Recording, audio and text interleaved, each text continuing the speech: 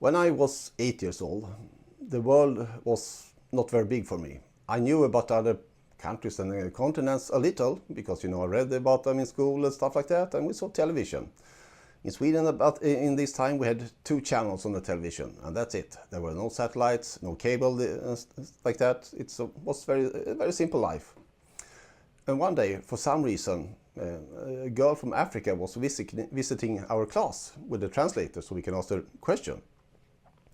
And I say Africa because in our world, she was from Africa. She was actually, if I remember correctly, from Kenya, but I'm not sure, but anything. She was from a country in Africa, but in our world, Africa was one big country.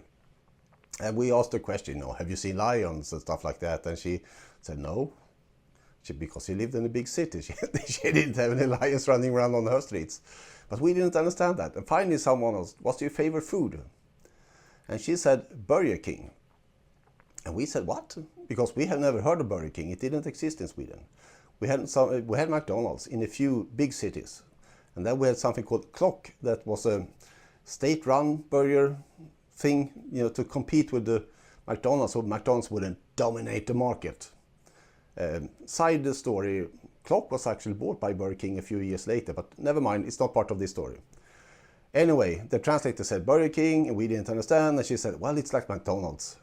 And we couldn't understand it. How can a child from Africa, where children were starving, we saw that every time we turned on the news, children were starving in Africa. And here she said, oh, I like hamburgers. And we were so confused. And I went home to my dad. And I said, how is this possible? And my dad said, what do you know about Africa? And I said, well, I read Tintin in Congo, because I loved comics. And he just looked at me and looked very tired. And the next week, we went to the library. We used to visit the library once a week. And I, as usual, picked up some comic books and some teenage stories, some, books for my age. And then Dad said, good, now you're going to read this book also. And we're going to read this book together. And he showed me a book called The History of Congo. And then we read that together.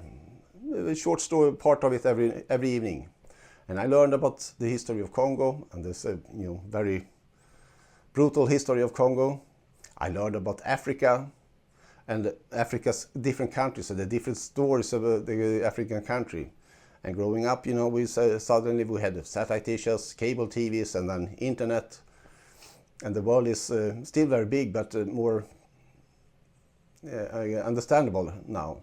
But as 8 years old, that day, the reality of how big the world is just hit me in the face.